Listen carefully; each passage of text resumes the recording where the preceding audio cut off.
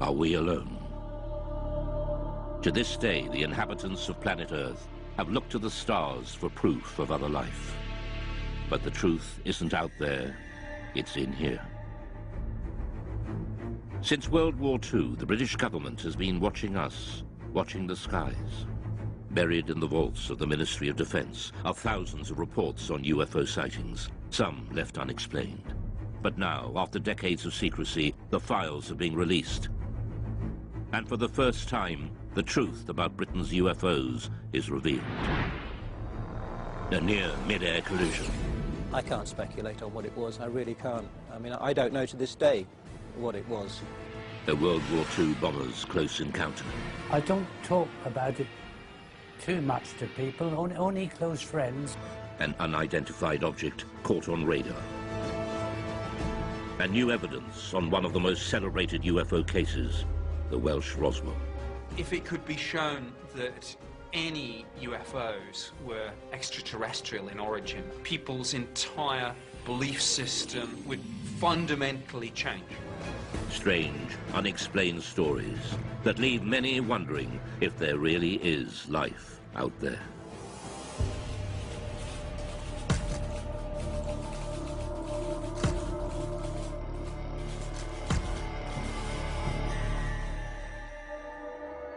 What are three popular word searches on the internet?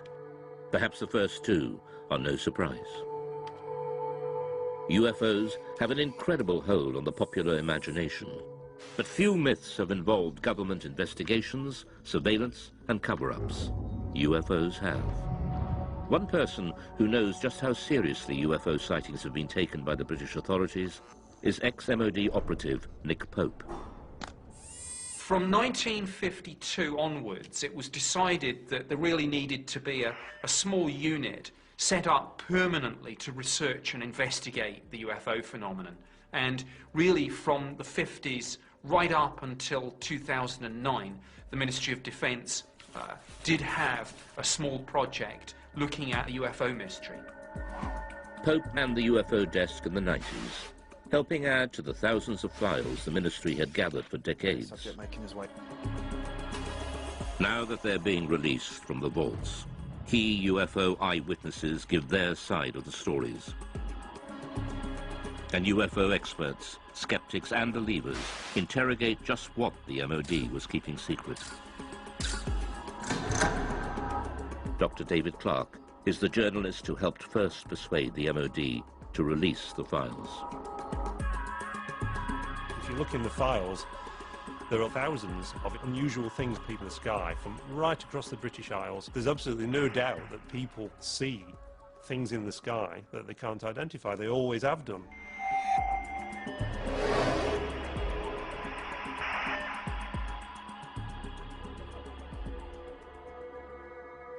January 6th, 1995.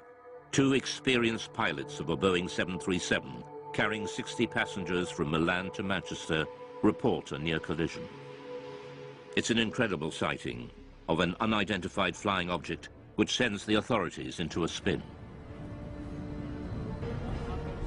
In the defence files, there are quite a number of incidents involving near misses between civil aircraft and unidentified flying objects. The most impressive of all was a report that was made by the crew of a British Airways 737. Speedbird 5061, overhead pennines 9 miles. They were just about to enter this cloud bank, quite a clear sky, good sort of vision. Suddenly the first officer said he saw this object coming towards him like an illuminated Christmas tree.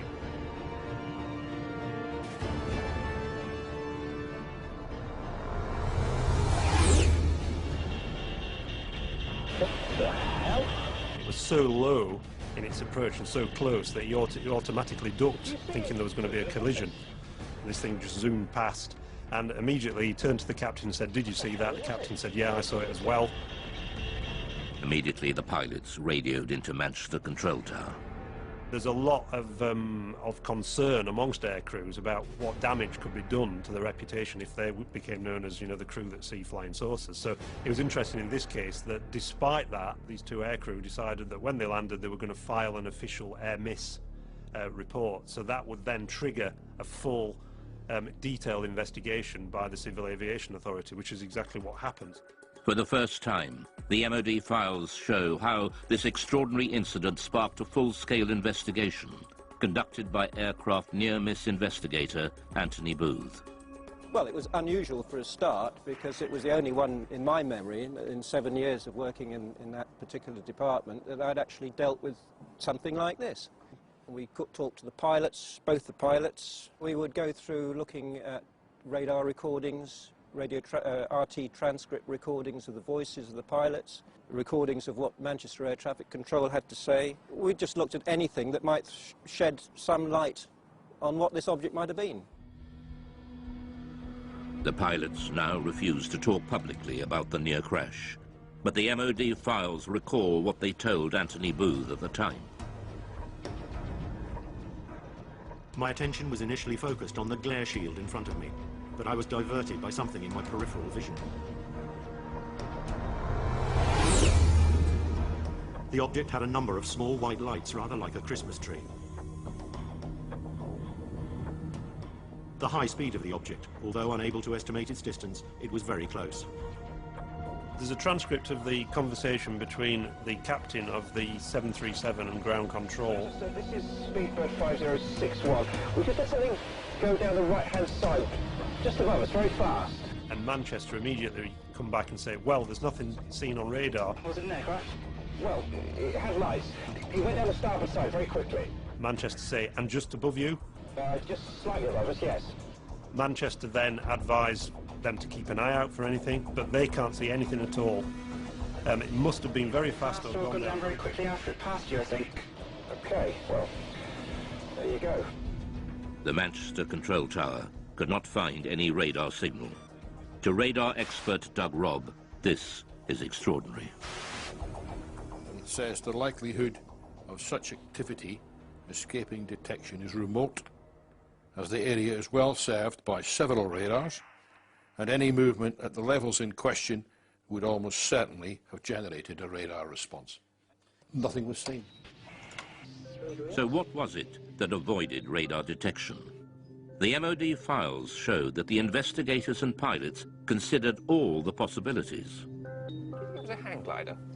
At night, he's suicidal. Hang glider would not be picked up by normal radar, no. A comet? No, don't think so. A meteor could be detected on re-entry if the radar was looking exactly in the right direction as that piece of debris went past at some speed. Military? Maybe, but I didn't recognise it. And we're near a major airport. It would have showed up on the radar response.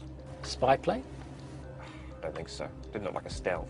Stealth aircraft would not be picked up by normal radars. If a spy plane is being kept secret, it's not going to be flying where people can see it.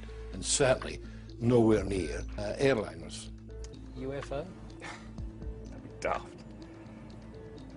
I don't know. These pilots are not lying. They did have an unusual experience, which to them remains baffling.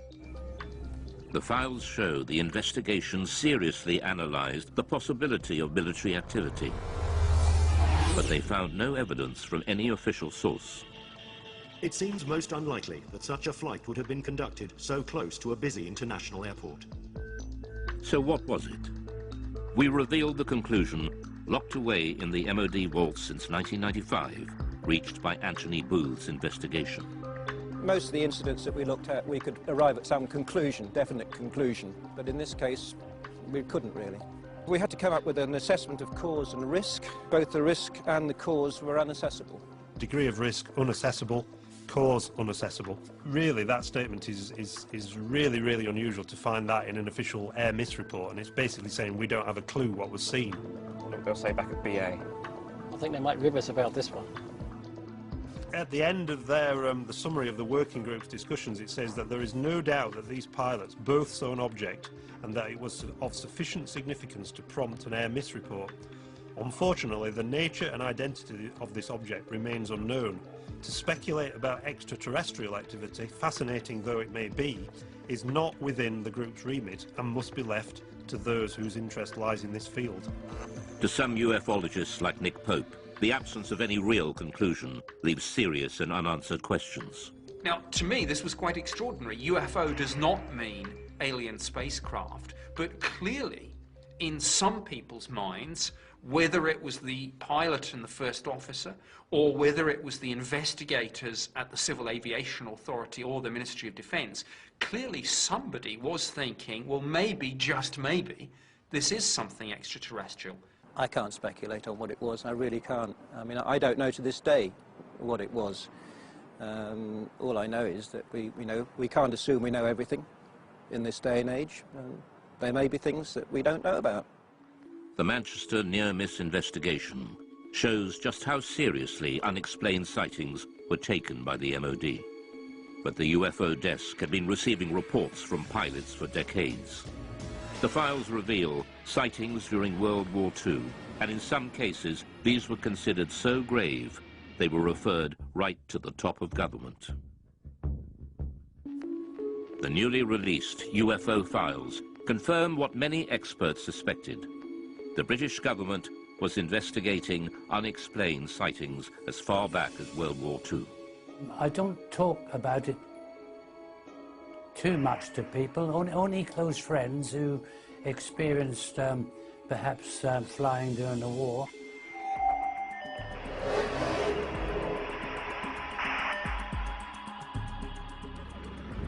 Spring 1944. Britain was engaged in heavy bombing raids over Germany.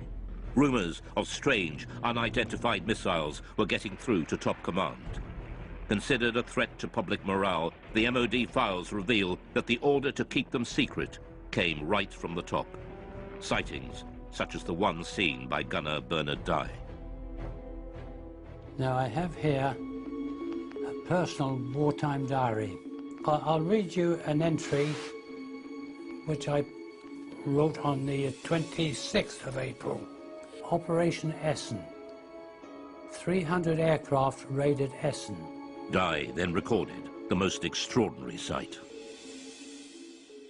By unidentified objects, which I describe as just red balls of fire. This is the first time Bernard Dye has spoken on television about what happened that night. We left the target area and we were heading back towards Mildenhall, our base. We were heading across France. Everything appeared to be peaceful. Suddenly I saw 3 balls of fire coming up from below and reported this to our pilot, Arthur Horton, on the intercom. A few seconds afterwards, the rear gunner, Brian Harper, he observed 2 more red balls of fire. Immediately, Arthur was a bit perturbed, and were they fighters? No, not fighters, Arthur, just balls of fire coming towards us. I said to Arthur, no, evasive action, corkscrew, starboard, go, go, go.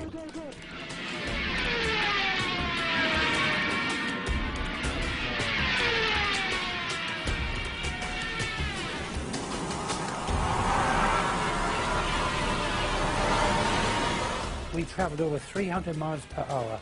The aircraft was shaking like a leaf, and still they were following. The pilot was getting worried about burning the engines up. Engineer, Dave, what about the engines? Never mind the engines, skipper. Keep going, or something to that effect. The words were rather rude. It certainly gave me and the crew the willies to see them.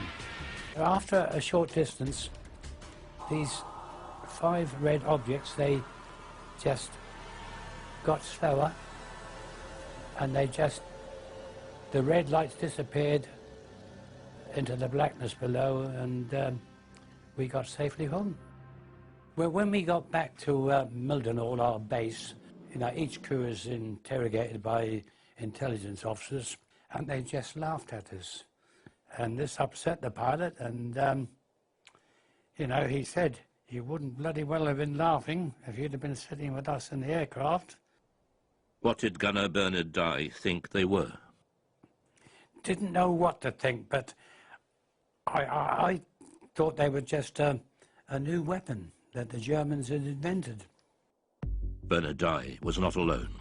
Other World War II aircrew had also reported unexplained sightings, and we now know that at least one of these reports was suppressed, and the order to do so came right from the top. Wartime Prime Minister Winston Churchill was so terrified the report would leak out, he ordered a 50-year blackout. Mr. Churchill declared that the UFO incident should be immediately classified for at least 50 years, and its status reviewed by a future Prime Minister. Churchill's order referred specifically to a late World War II sighting made by a British aircrew returning from a reconnaissance mission over Germany. The files record, My grandfather was present during a debate about an unexpected incident experienced by an RAF bomber crew. The MOD files show that the story originates from the grandson of Churchill's bodyguard, who had been present at an urgent meeting between the Prime Minister and the US commander of the Allied forces, General Eisenhower, who discussed the incident together. He was writing in to see if the ministry could confirm this story, that this guy who was the bodyguard was present at a discussion between Winston Churchill and Eisenhower about a mysterious incident when the crew of a Royal Air Force reconnaissance aircraft that had seen this metallic object that had appeared by the side of their aircraft, and it followed the aircraft, and it behaved in a way that was completely unexplainable in terms of it being, you know, a German aircraft or any other sort of Nazi flying machine that they were aware of. A leading aircraft expert was also at the meeting. He dismissed any possibility that it could be a missile, since a missile could not suddenly match its speed with a slower aircraft and then accelerate again. Churchill was determined this would go no further. Another person at the meeting raised the possibility of an unidentified flying object, at which point Mr. Churchill declared that the incident should be immediately classified. But the file goes further. One extraordinary line explains just how fearful Churchill was of public reaction to this UFO sighting, if it ever got out. This event should be immediately classified, since it would create mass panic amongst the general population and destroy one's belief in the church. But the files also reveal that this wasn't the first time Churchill had got embroiled in UFO sightings. In October 1912, there was sightings of mysterious lights in the sky over the dockyards at Sheerness in Essex. And Winston Churchill was the First Lord of the Admiralty, and he had to look into this, and Churchill had to admit in Parliament that he couldn't explain what had been seen. The files show that even after the war, Churchill took a personal interest in unexplained sightings. In the aftermath of the sightings in Washington, D.C. in 1952, that made all the news headlines, Winston Churchill again became interested and sent a memo to the Secretary of State for Air. What does all this stuff about flying saucers amount to? What can it mean? What is the truth? Let me have a report at your convenience. Until now, Gunner Bernard Dye never knew there were other World War II sightings that Churchill wanted kept secret at such a critical time in the war. We showed him the newly released MOD file on Churchill. Well, after reading this report, it sounds, you know, really identical to what we witnessed and saw that night. I haven't heard of this before, but it doesn't surprise me that he was told about it, because things happened during the war years, and there were other objects obviously appeared. It's interesting that during the 1940s there were a very large number of sightings reported by aircrew, and there are various Royal Air Force files at the National Archives that detail some of these reports. Rocket phenomena they were described as, but they were never able to explain them. And at the end of the war, when they debriefed some of the Luftwaffe pilots, they said that they'd seen very similar things themselves, and they thought they were Allied secret weapons. So is there an explanation as to what the aircrew saw? Dave Clark has his own theory. They just thought that it was a combination of misperception on part of the aircrew. They were expecting enemy action because they were so charged up on adrenaline. UFO or not, the files show that the World War II leaders were desperate to keep such sightings away from the public. The next file reveals how, even decades later, the government was still panicking about UFOs.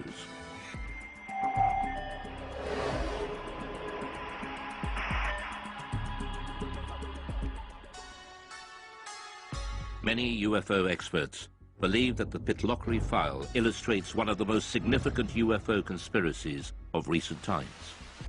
It involves photographs of an unidentified object captured flying over a remote Scottish valley.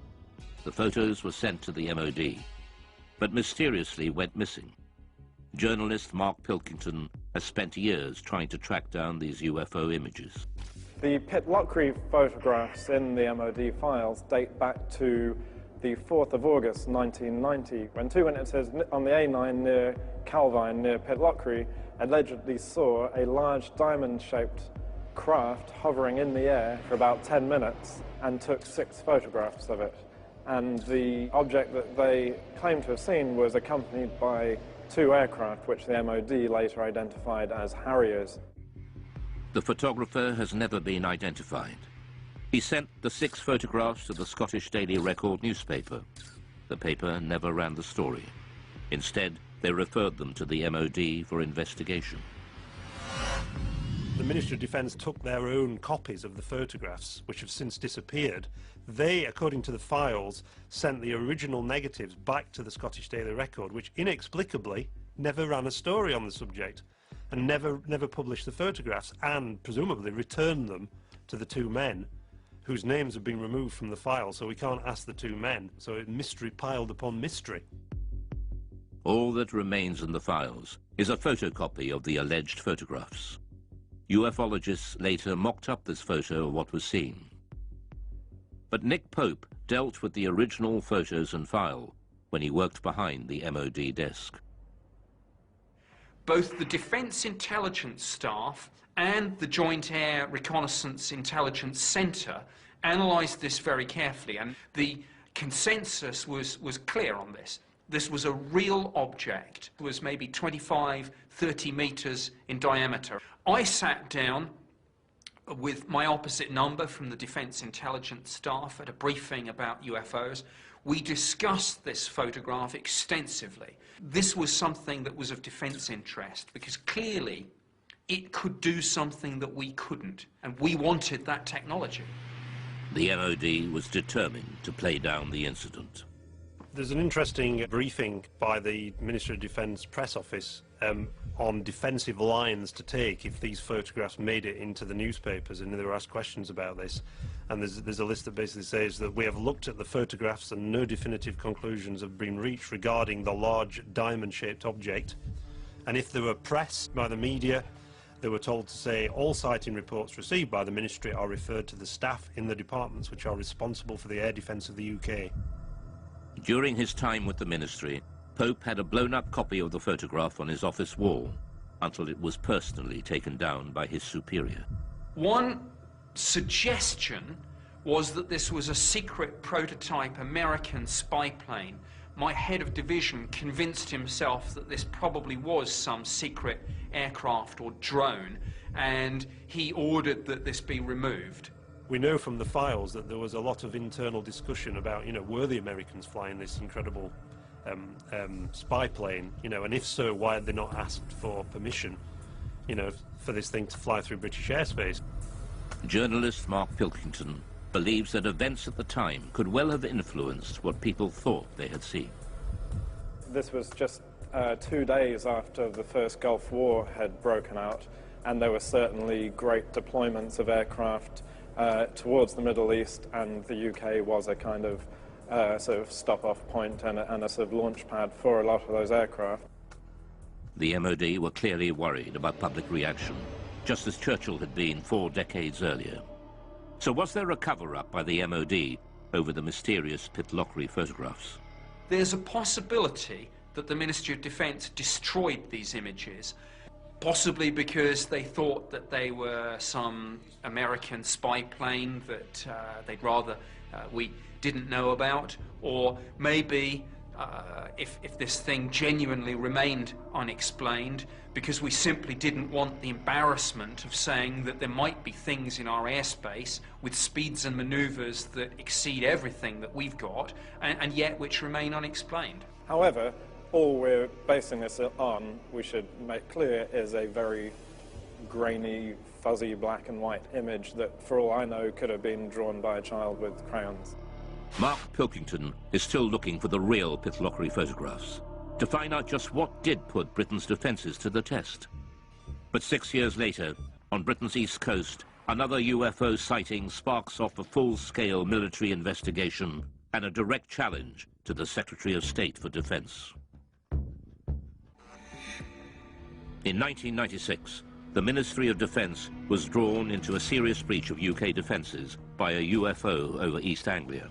MOD files reveal it not only involved the police, Coast Guard and RAF, but a call to the Defence Secretary to scramble jet fighters. I'm very concerned about an incident that occurred off the East Anglian coast recently involving a visual unidentified flying craft sighting that was correlated by various different military radar systems. Why weren't our jets scrambled? It was one of the biggest UFO scares ever. And it all started one quiet October night on the East Coast.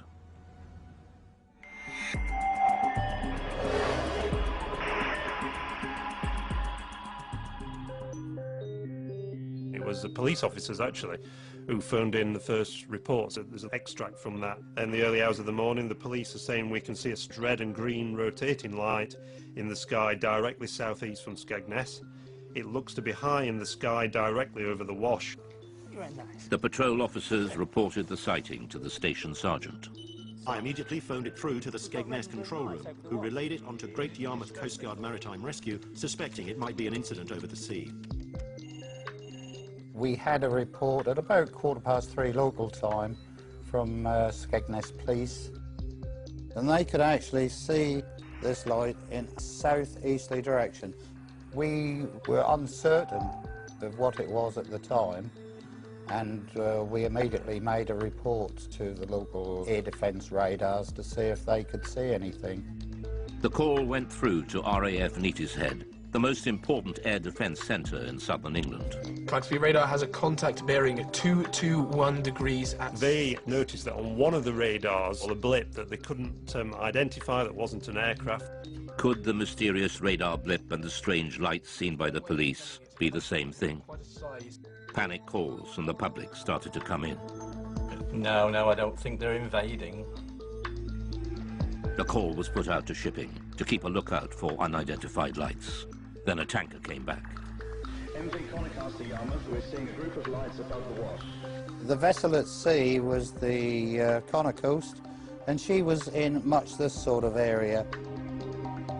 At 3:50 a.m., Patrol Officer P.C. Leyland rushed onto the police station roof to video the strange lights and managed to capture 5 minutes of footage now showing a single stationary white light.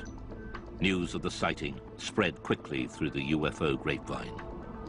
The transcript of the conversation between the Coast Guard and the police and the trawler crew was leaked to the local news, and it suddenly became this huge UFO incident that got to the attention of the local MP.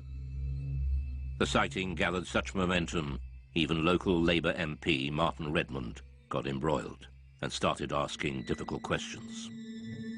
Martin Redmond said, look, you've got police officers seeing UFOs, you've got Royal Air Force officers tracking them on radar, and yet you don't even get the aircraft in the air to take a look at this thing. Here's a copy of the letter that Martin Redmond MP sent to the Right Honourable Michael Portillo, Secretary of State for Defence, and he says, I'm very concerned about an incident that occurred off the East Anglian coast recently involving a visual unidentified flying craft sighting which was correlated by various different military radar systems. While I'm interested in finding out what was seen, my primary concern stems from the absolute shambles that such an event seemed to cause. So he's really sort of having a go at the Ministry of Defence and saying, you know, why didn't you react to this? What are the RAF doing? So this really stung the RAF. The files reveal a picture of chaos. The letter sparked off an MOD investigation to explain the RAF's resistance. Doug Robb was operations manager on the night. We showed him the MOD findings. He wasn't surprised by the conclusions. This diagram is the radar plots over Boston on that night. And in summary, it shows that Claxby picked up the object, but it didn't move, and it was on land. And after investigation, it was decided that it was the church tower, the Boston Stump, as it's known. The files were certain this was the culprit. The church is known in aviation circles as the Boston Stump and appears occasionally on some radars in certain radar propagation conditions. They said that this was a completely separate phenomenon to the bright stationary lights that had been seen by the police from Boston and Skegness and by the tanker crew. The report concluded there was no justification to order the scramble of RAF fighters, much to the chagrin of the local MP, Martin Redmond.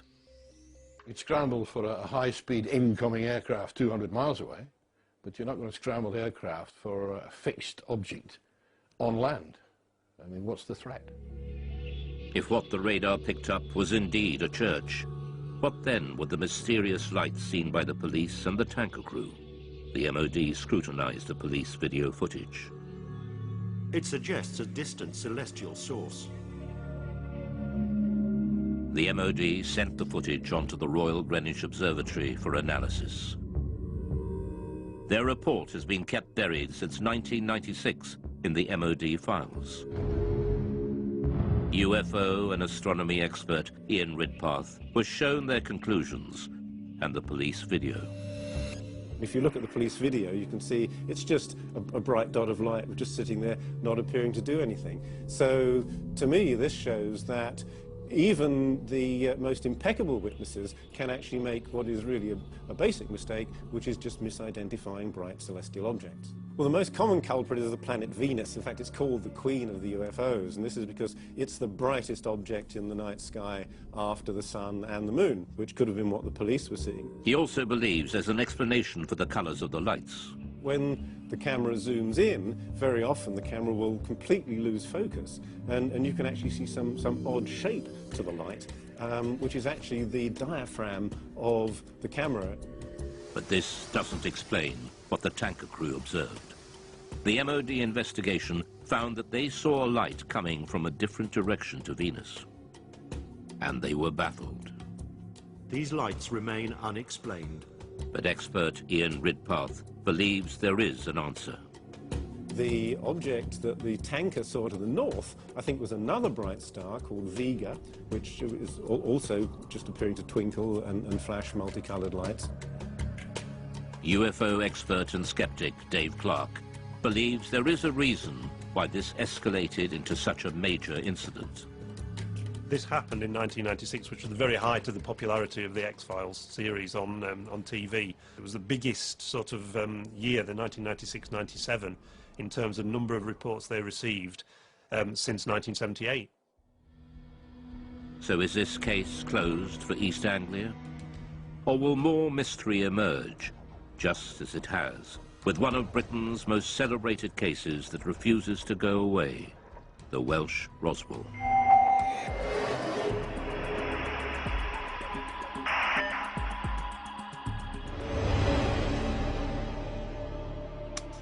In 1974, in North Wales, thousands of people experienced a violent earth tremor and lights were seen falling from the sky.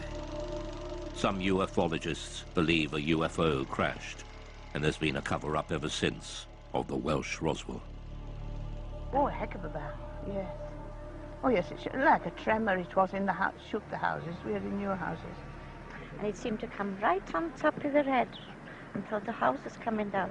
There were lights coming from the top of the mountain, just up over there. 24th of January 1974 at 21:50 GMT. 5 bodies, spectacularly incandescent, were observed traversing the sky. New information has been revealed that opens the mystery further. Named as one of the main witnesses in the Berwyn incident is Hugh Lloyd, then a 14-year-old farmer's son.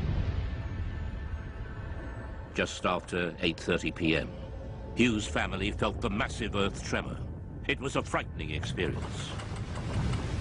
Almost 40 years on, Hugh still remembers that day as if it were yesterday. It was like this thud, and straight away the whole place started shaking very violently. The light flickered and the lights in the picture on television, snow on the screen. But we were all frightened. We didn't have a clue what it was. And Enoch said it must be an explosion. And then the phone started ringing. Hello? Like neighbours, phoning to ask, did you feel that? And then roughly about 20 minutes, there was a knock on the door. And there was a police officer there. And he said, we've had reports there's a plane crash that come down on the Berwyn, and we'd like to commandeer your Land Rover to go up there. Me being 14, I said, well, Enoch, you better drive it.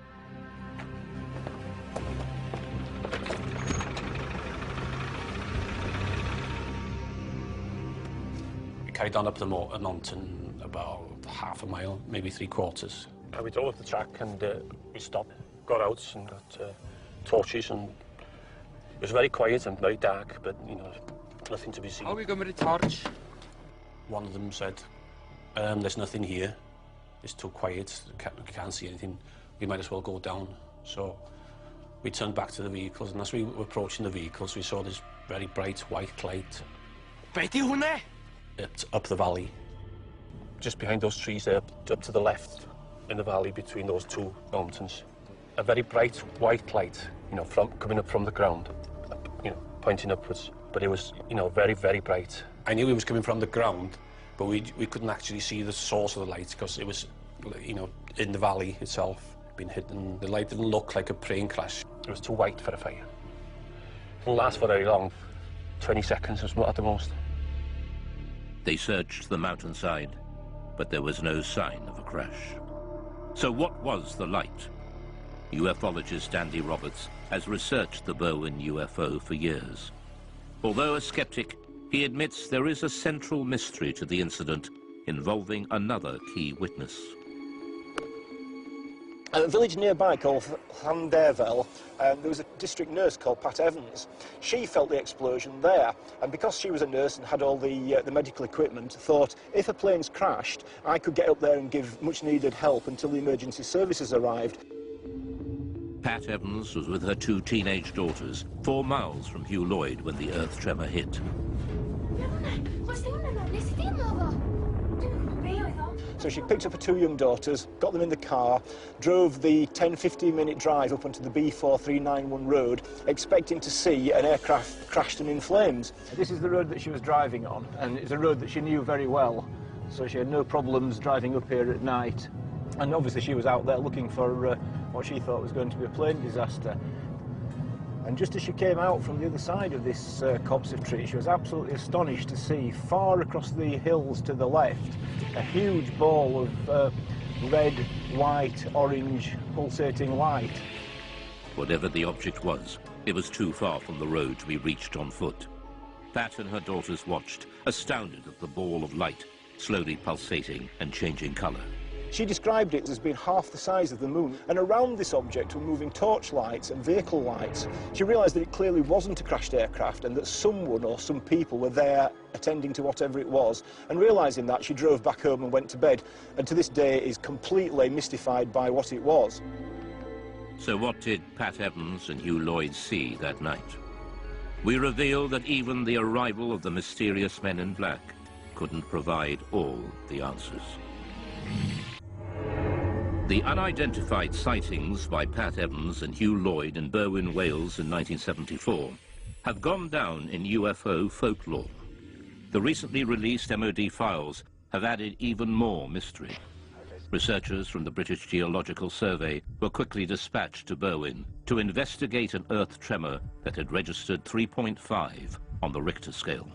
Immediately after the earthquake, we were getting a lot of reports, some of them rather complex ones about lights in the sky, lights on the hill. So I brought a small team of people down to ask the local people around here what they'd seen, what they'd heard, what they'd felt.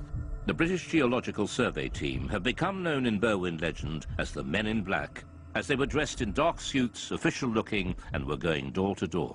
Some people seem to think the whole event was rather suspicious and that we, simple scientists from the Geological Survey, had something to do with suspicious events around here. Files containing Chris's notes recall his interview with nurse Pat Evans, who saw the unidentified light. I have here the notes that I made when I talked to Pat Evans.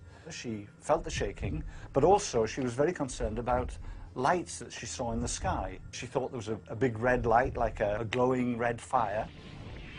This is a copy of one of the maps that we, with our team, used when we were going around the area talking to people, and we were able, therefore, to put on the map exactly where we got that interview from, and therefore exactly what that person saw, heard, and felt.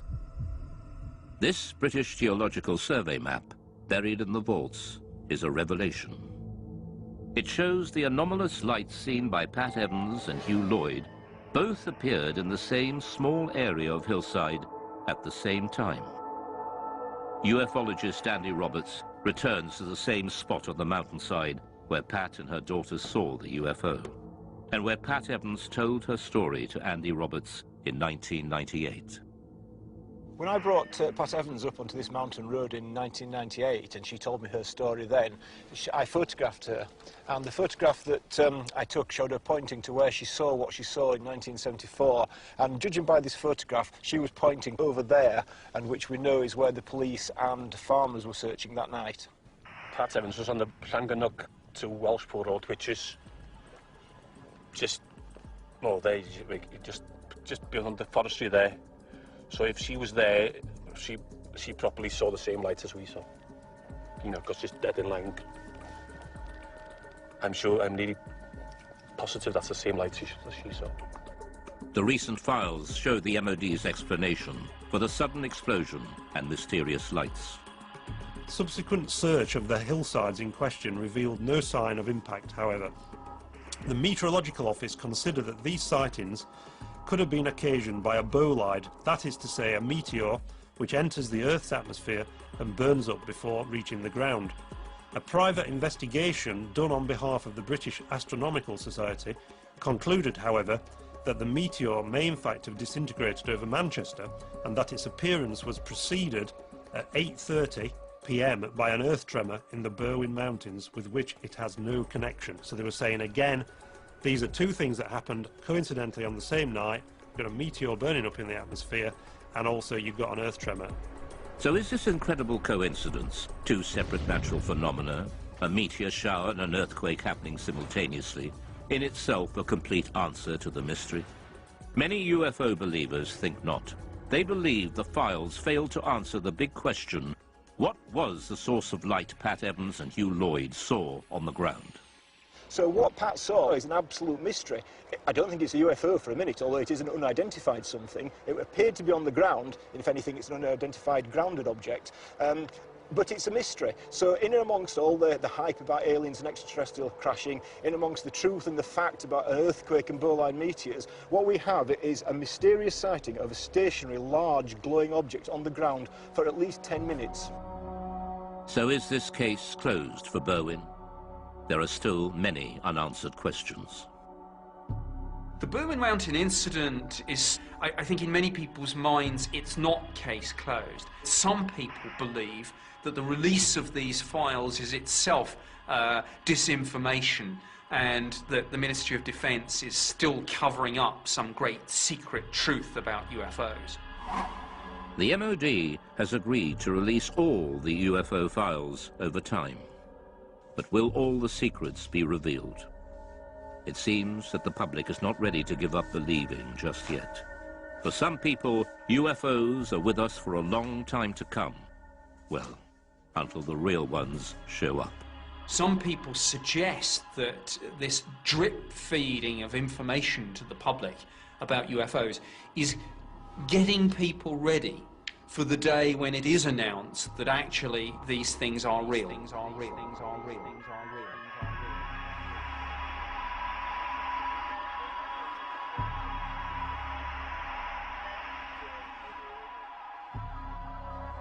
Don't miss brand new Britain's Underworld, starting on the Costa del Crime next Monday at 8. Now, there's no commercial break, so stay tuned for brand new air crash investigation.